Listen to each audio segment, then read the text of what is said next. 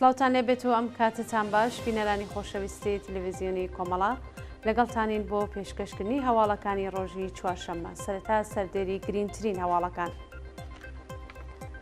ناڕزایەتی خەڵکی کوردستان لە ئاز لە ناوبردنی دارستانەکان، برینداربوونی چوار کۆڵبەر لە سنوورەکانی بانە و نەوسود، لە سێدارەدانی سێ بەندکراو لە زیندانەکانی قزل حسار و ئیلام، دەنگی ناڕزایەتی فەرمانبەران و معلمانی هەرێمی کوردستان لە بەغداد، کۆبوونەوەی کرێکاران لە بەردەم وەزارەتی نەوت لە تاران، مانگرتنی بازاڕیانی سنفی جلوبەرگ لە شیراز و داگیرکردنی خانووی هاوڵاتیانی بەلوچ لە چابەهار.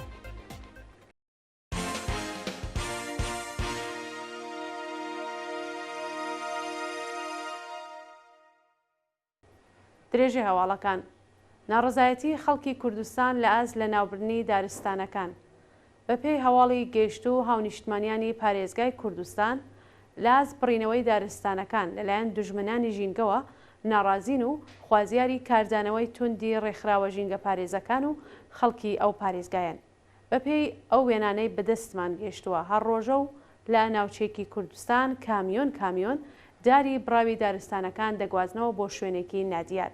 کەس نازانێت ئەوانە کێن و چۆن مۆڵەتیان پێدراوە لە پێش چاوی ئیدارە سەرچاوە سروشتیەکان و هێزە ئینتزامیەکان بە ئاسانی دارەکان قاچاق بکەن. چالاکانی مەدەنی لەسەر لە ناوبردنی ژینگەی کوردستان هۆشداری دەدەنە بەرپرسانی ڕژیم و دەڵێن ئەگەر ڕێگە بەو تاڵانکاریە نەگرن ئەوە دارستانەکانی کوردستانیش هاو شێوەی دەریاچەی ورمێ لە ناو دەچێت.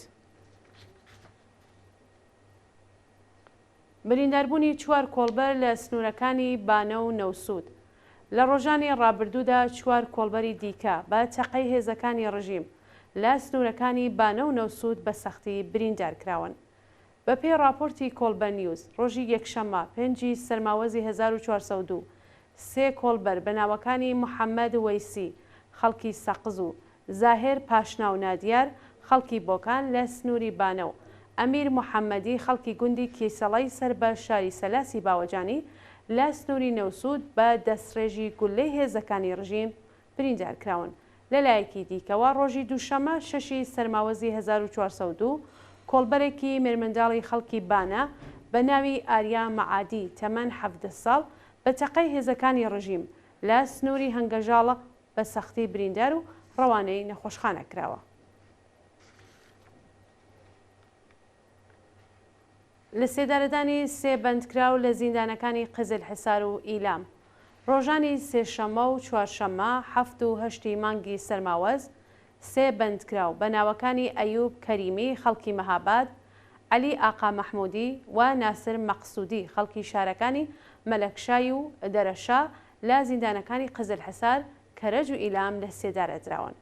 بەپێی راپۆرتەکان عەلی ئاقا محەممەدی تەمەن 47 ساڵ و خەڵکی مەلەکشای سەر بە پارێزگای ئیلام ساڵی ڕابردوو بە تۆمەتی کوشتنی هاوژینەکەی دەست بەسەر و دواتر سزای سێدارەی بەسەردا سەپێنرا بوو. هەروەها ناسر مەقسوودی بەندکراوی خەڵکی دەڕەشار 3 ساڵ لەوەبەر بە تۆمەتی کوشتنی بە ئەنقەز دەست بەسەر و بە ئێدام مەحکوم کرا. لەلایەکی دیکەوە ئەیوب کەریمی بەندکراوی بیرمەندی خەڵکی مەهاباد لا ڕێکەوتی 16 سەرماوەزی 1388 هەتاوی هاوڕێ لەگەڵ 6 شارۆمەندی خەڵکی شارەکانی سەقز و مەهاباد بە ناوەکانی قاسمە ئابستا، ئەنوەر خزری، ئەیوب عەبدوڵڵاهی، فەرهاد سەلیمی، کامران شەیخە و خۆسرۆ بەشارەت لەلایەن هێزە ئەمنیەکانەوە دەست بەسەر و لا گرتوخانەکانی ورمێ و تاران بە سەختی ئەشکەنجەدران. ئەو حەوت هاوڵاتیە لەلایەن دەستگای قەزای ڕژیمەوە بە تۆمەتەکانی هەوڵی تێکدانی ئاسایشی گشتی، تەبلیغ دژی نظام، ئەندامەتی لە گروپە سەلەفیەکان و ئەفساد فیل ئەرز بە ئیعدام مەحکوم کرابوون. سەپاندنی سزای زیندان بەسەر مامۆستایەکی ئاینی لە شاری سنە. مامۆستا حوسێن عەلی مورادی ئیمام جومعەی مزگەوتی ئیبراهیمی خەلیل لە شاری سنە و بەڕێوەبەری مەدرسەی زانیاری دینی ئەو شارە لەلایەن دادگای ڕۆحانیەتی هەمەدان بە 16 مانگ زیندانی تەعزیری مەحکوم کرا. مامۆستا حوسێن عەلی مورادی لە سەردەمی شۆڕشی ژینە ڕەخنەی توندی لە کۆماری ئیسلامی گرت بوو. هەروەها پاڵپشتی لە خۆپیشاندەران و خەڵکی ناڕازی لە بزوتنەوەی ژیان ئازادی کرد. هەر بەو بۆنەوە لەلایەن دادگای ڕۆحانیەتی هەمەدان دوو جار بانگێشت و لێپرسینەوەی لێکرا. ئەو مامۆستا ئاینیە بە تۆمەتەکانی هەوڵی تێکدانی ئاسایشی نەتەوەیی و تەبلیغ دژی نظام بە 16 مانگ زیندانی تعزیری محکوم کراوە. دەنگی ناڕزایەتی فەرمانبەران و معلمانی هەرێمی کوردستان لە بەغداد. ڕۆژنامەی سەباح ڕۆژی سێشەممە حوتی مانگی سەرماوەزی 1402 لە راپۆرتێکدا ڕایگەیاند معلمان و فەرمانبەرانی سلێمانی بە مەبەستی وەرگرتنی حەقدەست و پێدانی شایستە داراییەکان بە شێوەی ڕاستەوخۆ لەلایەن دەوڵەتی بەغداوە دەنگی ناڕزایەتی خۆیان گەیاندا حکوومەتی ناوەندی.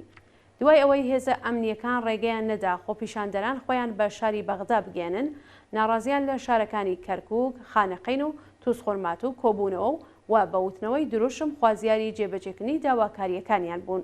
بەوتەی نوێنەری ناڕازیان، معلمان و فەرمانبەران خوازیاری پێدانی مانگانەی حەقدەستەکانیان لەلایەن حکوومەتی ناوەندی، بەرزکردنەوەی پلەکانیان لە ڕیزبەندی پیشەکان و گۆڕانی گرێبەستەکانیان لە کاتیەوە بۆ هەمیشەی بوون.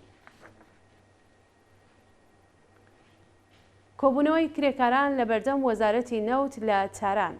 ڕۆژی سێشەممە حوتی مانگی سەرماوەز کرێکارانی تازە دامەزراوی نەوت لە ناوچە عەمەڵیاتیەکانی باشووری ئێران و کۆمەڵێک لە کرێکارانی ڕەسمی لە بەردەم وەزارەتی نەوت لە تاران کۆبوونەوە و خوازیاری جێبەجێکردنی داخوازیەکانیان بوون.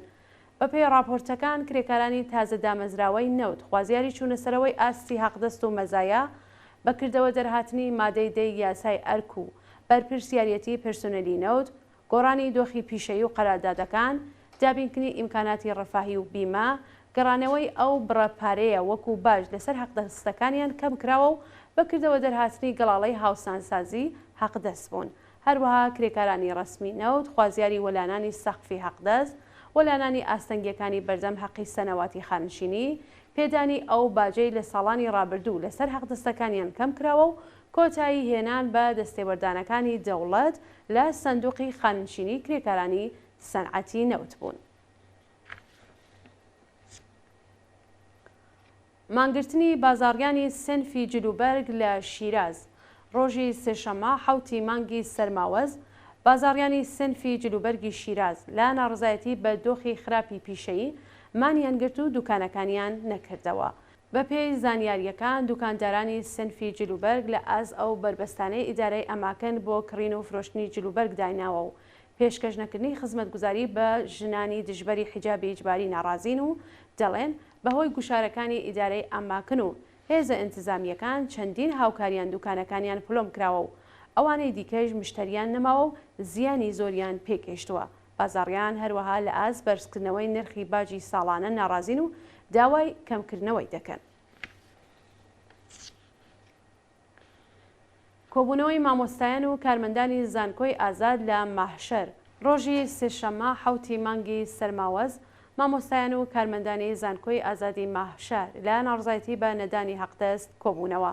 بە پێی راپۆرتەکان حەقدەستی مامۆستایان و کارمەندانی زانکۆی ئازادی ماحشەر دواخراوە و حەقدەستی مانگەکانی پێشوش بە تەواوەتی نەدراوە. ناڕازیان دەڵێن نەدانی حەقدەست گوشاری بۆ هێناون و ناتوانن پێداویستیەکانی ژیانیان جابین بکەن. مامۆستایان و کارمەندانی ناڕازی هەروەها خوازیاری نوێژینکردنەوەی قەراردادەکانیان و بردنەسەرەوەی ئاستی حەقدەست بە پێی هێڵی هەژاری و تەزمینی ئەمنیەتی پیشەی بوون. ڕێپێوانی ناڕزایەتی کامیۆنداران لە تاران. ڕۆژی سێشەممە حوتی مانگی سەرماوەز کامیۆندارانی تاران لە ئاز کەمکردنەوەی پشکی گازۆئیل خۆپیشاندانیان کرد. بە پێی راپۆرتەکان کامیۆندارانی ناڕازی بە دەست لە کارکێشانەوە و ڕێپێوان لە نێو شاری تاران خوازیاری پێدانی پشکی گازۆئیل، کەمکردنەوەی نرخی سوتەمەنی، هێنانە خوارەوەی نرخی کەلوپەلی یەدەکی ئۆتۆمبیل و بایەخجان بە کێشە و گرفتەکانیان بوون. داگیرکردنی خانووی هاوڵاتیانی بەلوچ لە چابەهار. ڕۆژی سێشەممە حوتی سەرماوەزی 1402 هێزەکانی سپای پاسداران دوو خانووی شارۆمەندانی بەلوچیان لە چابەهار داگیر کرد و دانیشتوانەکانیان ئاوارە کرد. بەوتەی چالاکانی بەلوچ دوو بنەماڵەی بەلوچ ماوەی 30 ساڵە لەو دوو خانووە نیشتەجێن و بەڵگەی فەرمیان هەیە، بەڵام سپای پاسداران لە ڕێگەی سازکردنی بەڵگەی ساختە لەلایەن دادگاوە حکمی چۆڵکردنی بۆ ئەو دوو خانووە گرتووە. ڕۆژی سێشەممە سپای پاسداران بە زۆرە ملێ دەستی بەسەر ئەو دوو ماڵەدا گرت و دانیشتوانەکەی ئاوارە کرد. دوا هەواڵمان سەبارەتە بە درێژکردنەوەی ماوەی ئاگربەز لە نێوان ئیسرائیل و حەماس. بەپێی راپۆرتەکان ماوەی ئاگربەستی نێوان ئیسرائیل و حەماس بۆ 2 ڕۆژی دیکە درێژکراوەتەوە و دەوڵەتی ئیسرائیل ڕایگەیاندووە کە ئەگەر گروپی حەماس ڕۆژی 10 دیل ئازاد بکات ئەوە ڕۆژێک بە ئاگربەستەکە ئیزافە دەبێت. هەروەها سەدان کرێکاری فلستینی خەڵکی غەزە کە لە ئیسرائیل کاریان دەکرد لەلایەن دەوڵەتی ئەو وڵاتەوە دیپۆرت و گەڕێنراونەتەوە کەرتی غەزە. بەپێی زانیاریەکان تا ئێستا 67 شارۆمەندی ئیسرائیلی و 130 بەندکراوی فلستینی لەلایەن هەردوو لاوە ئازادکراون. لە نێو بەدیلگراوانی ئیسرائیلیدا شارۆمەندانی فیلیپینی، تایلەندی و ڕووسی بوونیان هەیە و بڕیارە 30 ژن و منداڵی ئیسرائیلی و چەندین بەندکراوی فلستینی ئەمڕۆ ئازاد بکرێن. هەروەها وەزارەتی بەهداشتی غەزە ڕایگەیاند کە ڕێژەی قوربانیانی هێرشە ئاسمانیەکانی ئیسرائیل بۆ سەر غەزە سنووری 16,000 تێپەڕاندووە. لەلایەکی دیکەوە ڕۆژی ڕابردوو 300 کرێکاری فلستینی بۆ غەزە سنوورداشکراون و بڕیارە ئەمڕۆژ 1000 کرێکاری دیکە بۆ غەزە دیپۆرت بکرێنەوە. ئازیزان هەواڵەکانتان پێشکەشکرا هەر شاد و بەختەوەر بژین.